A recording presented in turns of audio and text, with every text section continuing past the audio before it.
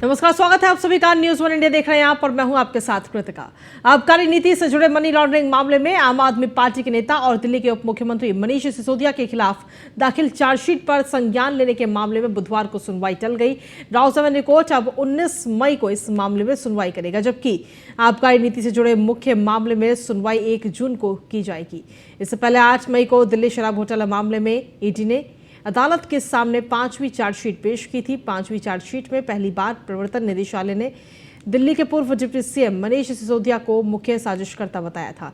ED ने दूसरी chargesheet में बताया था कि मनीष सिसोदिया के कहने पर विजय नायर और आम आदमी पार्टी के नेताओं ने मिलकर दिल्ली शराब घोटाले को अंजाम दिया था।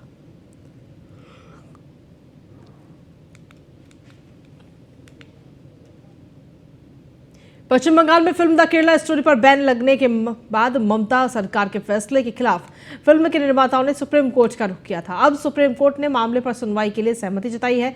कोर्ट ने मामले की सुनवाई के लिए 12 मई की तारीख तय की है। सुप्रीम कोर्ट के वरिष्ठ वकील हरीश साल्वे ने प्रधान न्यायाधीश DY चंद्रचूड़ और न्यायमूर्ति PS नरसिम्हा की पीठ के समक्ष तत्काल सूचीबद्ध करने के लिए मामले का उल्लेख किया।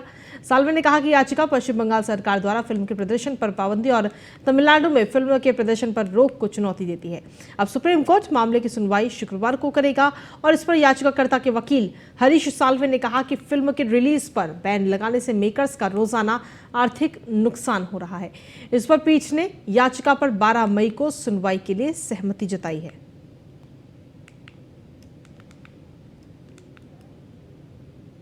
वहीं जंतर मंतर धरने पर बैठे पहलवान अब राउस एवेन्यू कोर्ट पहुंचे हैं, जहां पहलवानों के द्वारा कोर्ट से दिल्ली पुलिस को उनके 164 CRPC के तहत बयान दर्ज करने के निर्देश देने की मांग की।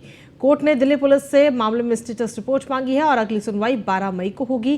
बीते दिनों सुप्रीम कोर्ट ने पहलवानों को निचली अदालत में जाने का कहा था, जिसके चलते पहलवान राउस एवेन्यू कोर्ट पहुंचे और अब कोर्ट ने अगली तारीख 12 मई की लगा दी है। साथ ही पुलिस से स्टेटस रिपोर्ट दाखिल करने के लिए भी कहा है। जंतर मंतर पर धरने पर बैठे पहलवान कल ब्लैक डे मनाएंगे। बजरंग पुनिया ने कहा कि भारत की बेटियों के समर्थन में ब्लैक डे मनाया जाएगा। देश में सुबह 10 बजे से दोपहर 2 बजे तक ब्लैक डे मनाया जाएगा। बजरंग पुनिया ने कहा कि सभी से निवेदन है कि ब्लैक डे पर ब्लैक पट्टी बांधकर बेटियों को न्याय दिलवाने के लिए आवाज उठाएं।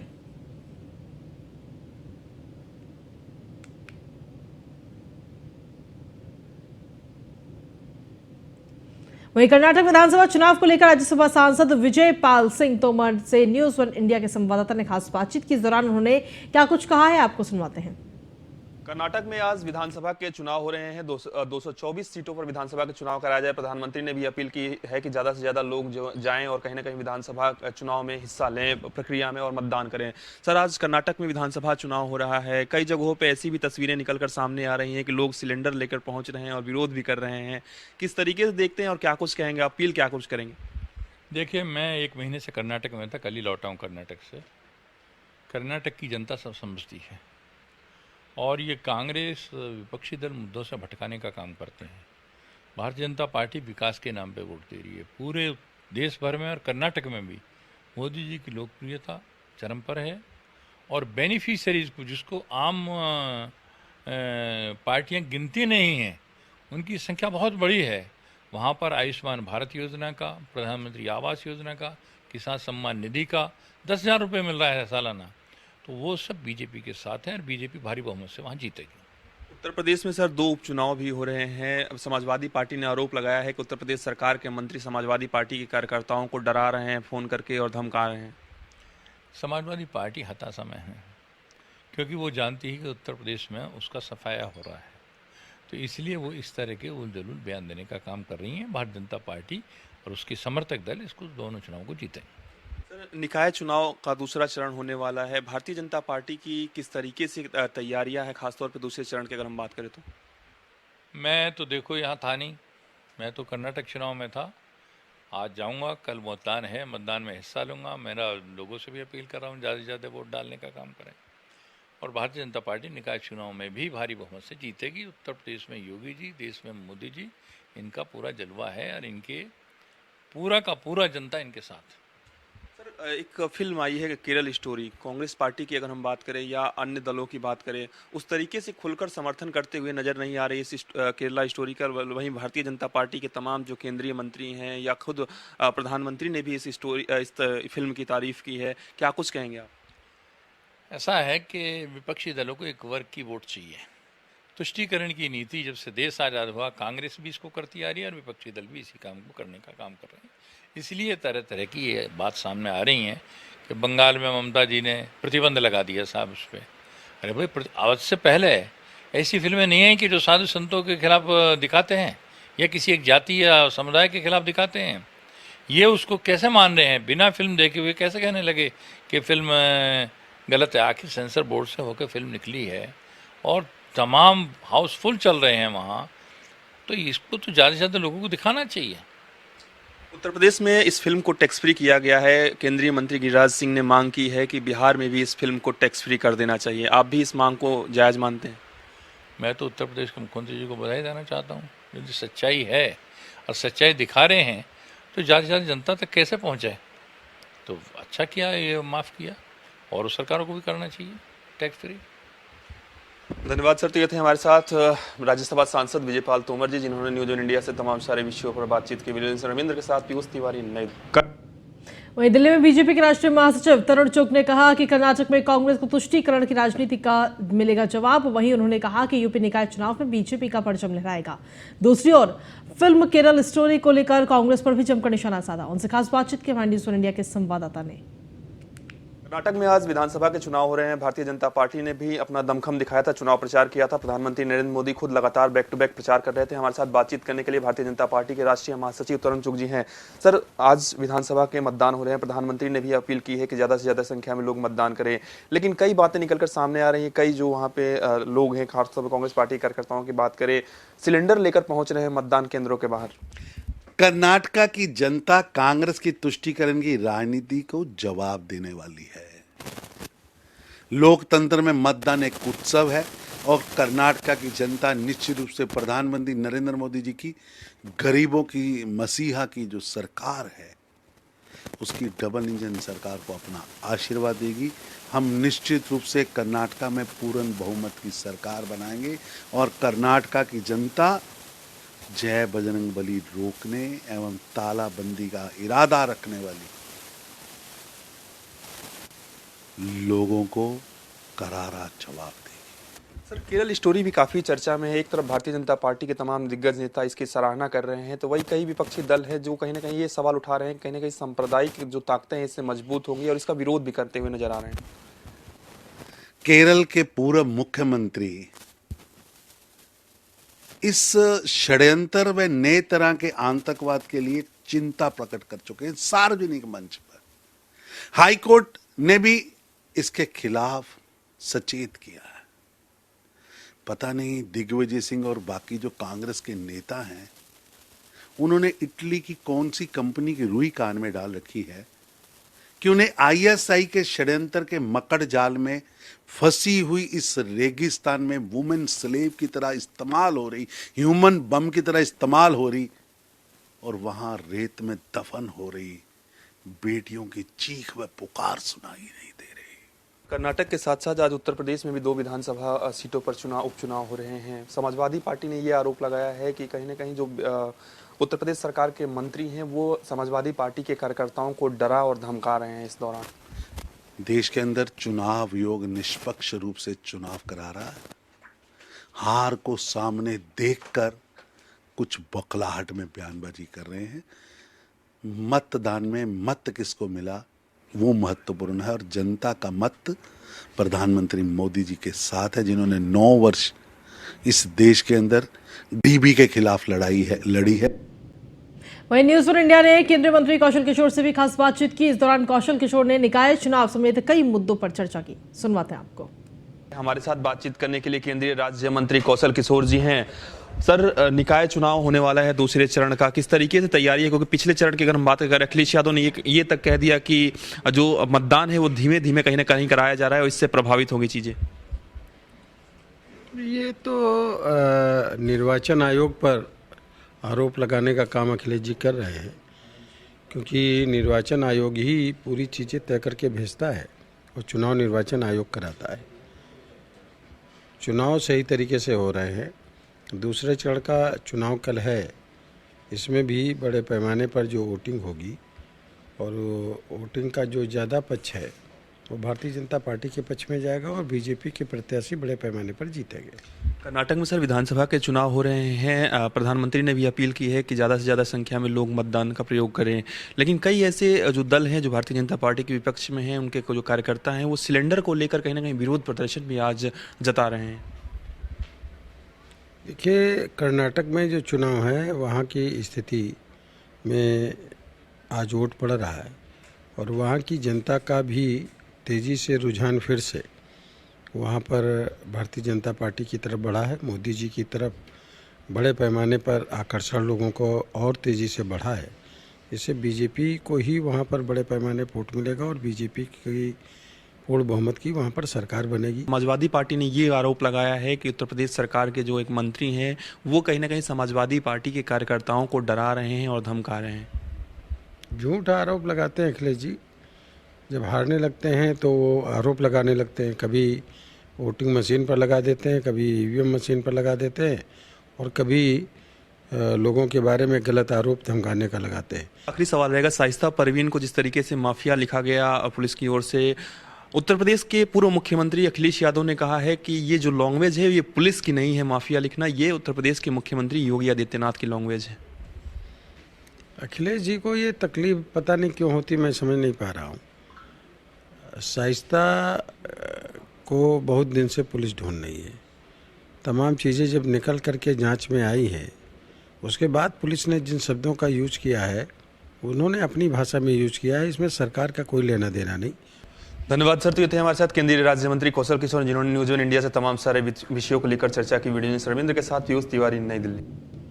वहीं पूर्वी दिल्ली के थाना कल्याणपुरी के अंतर्गत आने वाले खिचड़ीपुर इलाके में दो पक्षों के बीच लड़ाई झगड़ा हुआ, जिसके बाद पुलिस को कंट्रोल रूम पीड़ित द्वारा सहायता के लिए कॉल की जाती है, तो वहीं पुलिस कुछ लोगों को थाने ले जाती है, जिसके बाद पुलिसकर्मी व्यक्ति को अपने साथ थाने ले जाती है जो कि उस लड़ाई में भी नहीं था। उसके बाद भी उसको थाने में ले जाया जाता है और फिर थाना कल्याणपुरी पुलिसकर्मी के द्वारा उनके साथ दुर्व्यवहार किया जाता है, जिसमें पुलिस की कार्यशैली पर भी तमाम सवाल खड़े होते नजर आ रहे हैं।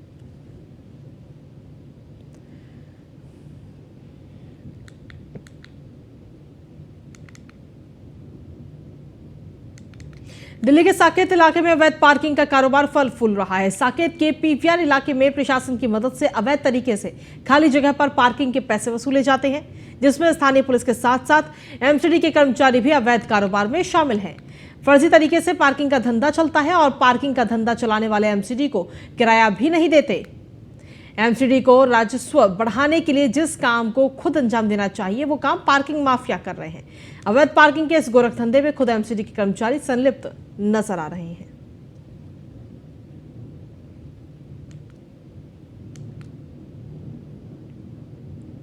वहीं दिल्ली के पार्कों और सुनसान इलाकों में पेट्रोलिंग और चेकिंग के दौरान पुलिसकर्मी ने मंजावली इलाके के अलग अलग जगहों से 7 जुआरियों को गिरफ्तार किया। 8 मई को एएसआई अजय कुमार, साथ में HC Yogesh, HC city Ramkesh और सिटी देर शाम चेतन ऑपरेशन सदस्यन के तहत पेट्रोलिंग कर रहे थे। जब वो जीजे पार्क देशबंधु अपार्टमेंट के पास मंजावली पहुंचे तो उन्होंने एक सार्वजनिक स्थान पर 4 व्यक्तियों को जुआ खेलते हुए देखा। पुलिस को देख के वो मौके से भागने लगे और उस पुलिस स्टाफ ने तेजी से कार्रवाई करते हुए चारों आरोपियों को गिरफ्तार कर लिया। वहीं 3 लोगों को अलग अलग इलाकों से पकड़ा गया है।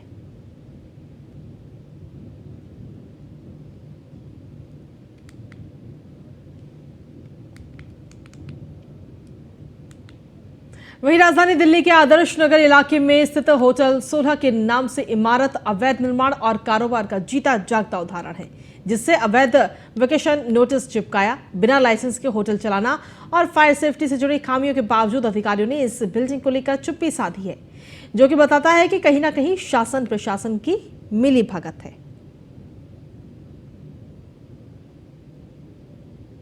स्थित होटल फूड 16 में बने बेसमेंट और तीसरी मंजिल बिना निगम के मानकों के होने के बावजूद इसे सीसी मिल जाना दर्शाता है कि निगम के शासन प्रशासन की कितनी मिलीभगत है। मैं आपको बता दूं, मैं ऐसा इसलिए भी कह रहा हूं क्योंकि यहाँ इसके बेसमेंट में मानकों के खिलाफ होने के बाद धड़ल्ले से पार्टियां चलती हैं। तीसरी मंजिल पर कई बार दिल्ली पुलिस द्वारा रेड की गई है जिसमें गैम्बलिंग एक्ट के मुकदमे दर्ज हुए हैं और इसके बावजूद यहाँ पर वैकेशन नोटिस चिपकाया गया।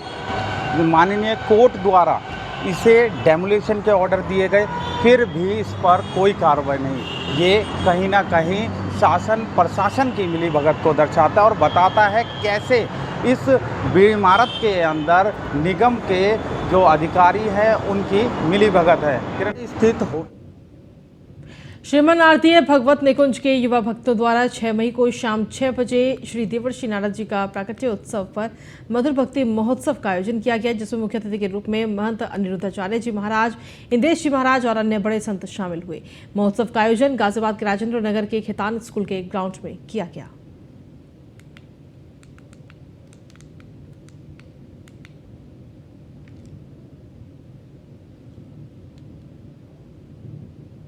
आरएसएस के आयाम एकल विद्यालय अभियान के तहत हिंदू बेटियों और महिलाओं को धर्म संस्कार के प्रति जागृत करने के लिए गांव-गांव में भजन संध्या शुरू हुई है। इसी कड़ी में मुजफ्फरनगर के नई मंडी थाना इलाके के एक रेस्टोरेंट में भजन संध्या का आयोजन किया गया, जिसमें हिंदू संघर्ष समिति के संयोजक नरेंद्र पवार, संरक्षक सुभाष चौहान, अखिल भारतीय हिंदू शक्ति दल के राष्ट्रीय महासचिव अरुण प्रताप, चरथावल व्यापार मंडल अध्यक्ष अनुज गर्ग ने दीप प्रज्वलित कर कार्यक्रम का शुभारंभ किया। मुजफ्फरनगर एकल अभियान के अध्यक्ष अमित गुप्ता ने बताया कि भजन संध्या और कथा के जरिए गांव देहात शहरों में बच्चों के अंदर संस्कार भावना जागृत करने के लिए हम ये कार्यक्रम आयोजित कर रहे हैं। आज समय की जरूरत है, लव जिहाद बढ़ रहे हैं। आप द केरल स्टोरी देखें, उसमें कैसे हिंदू बहनों को बरगला कर धोखा देकर उन पर कैसे कैसे जुल्म किए जाते हैं। ये जुल्म ना हो, इसके लिए हमें गाँव-गाँव जाकर बच्चों बहनों को धर्म से जोड़ना है। का मुख्य उद्देश्य है कि हमारी बहनों को जागृत किया जाए, क्योंकि आजकल जो स्टोरी आ रही है देखने में द केरल स्टोरी, उसमें भी यही बताया गया है कि बहनों को जागृत होने की आवश्यकता है। आजकल लव जिहाद काफ़ी बढ़ रहा है और इस कारण हमारी जो मासूम बहनें हैं वो इसके मतलब फंदे में आ जाती हैं और अपना सब कुछ खो देती हैं। तो यही माध्यम हम लोग लेकर चल रहे हैं कि हमारी बहनों को जागृत किया जाए। कार्यक्रम है, इस तरह का आयोजन हमारे हिंदू संस्कृति में, सनातन धर्म में, हिंदू परिवारों में परिवार के साथ सामूहिक रूप से इस तरह का आयोजन होने चाहिए ताकि हिंदू धर्म हमारा और हमारे परिवार उसके प्रति जागरूक रहे। एकल विद्यालय अभियान के अंतर्गत श्री हरि कथा की यहाँ पर हमारी टोली है, ठीक है, वो उसके माध्यम से विभिन्न जिलों में इसके कथा के कार्यक्रम निरंतर आयोजित किए जा रहे हैं, जिस कथा के माध्यम से ग्रामीण क्षेत्रों में बच्चों के अंदर संस्कार भावना जागृत करने के लिए, धर्म की भावना जागृत करने के लिए इस प्रकार के कार्यक्रमों के माध्यम से हम एक अवसर है जिसके माध्यम से हम करते हैं। उसी के अंतर्गत आज हमारे अंचल लक्ष्मीनगर जिले के अंतर्गत यहाँ पर हमने ये कार्यक्रम आयोजित किया है। आपने जैसा कि देखा, आज श्रीमान अमित गुप्ता जी के नेतृत्व में ये कार्यक्रम हो रहा है। यहाँ सन 1988 में एकल विद्यालय के रूप में इसका उद्घाटन हुआ था और 1991 में श्री हरि सत्संग समिति का गठन किया गया। उसी के अंतर्गत श्री हरि कथा प्रसार योजना के द्वारा ये भजन संध्या का कार्यक्रम प्रत्येक जिले में या हम राष्ट्र जागरण के लिए कर रहे हैं। उद्देश्य क्या है इस तरह की? उद्देश्य आज की जो वर्तमान की स्थिति है, इसमें हमारे बहनों के साथ जो लव जिहाद की समस्या रहती है, बच्चों में संस्कार की समस्या है, उनको कैसे हम देश प्रेम के प्रति जागरूक करें, संस्कार के प्रति उनको जागरूक कर पाए, यही एकल अभियान का उद्देश्य। वहीं लखनऊ के यूपी एसटीएफ मुख्यालय में ब्लड डोनेशन कैंप लगाया गया। भारी संख्या में एसटीएफ के जवान कैंप में शामिल हुए और ब्लड को डोनेट किया। यूपी एसटीएफ के 25 साल पूरे होने पर कार्यक्रम का आयोजन किया गया।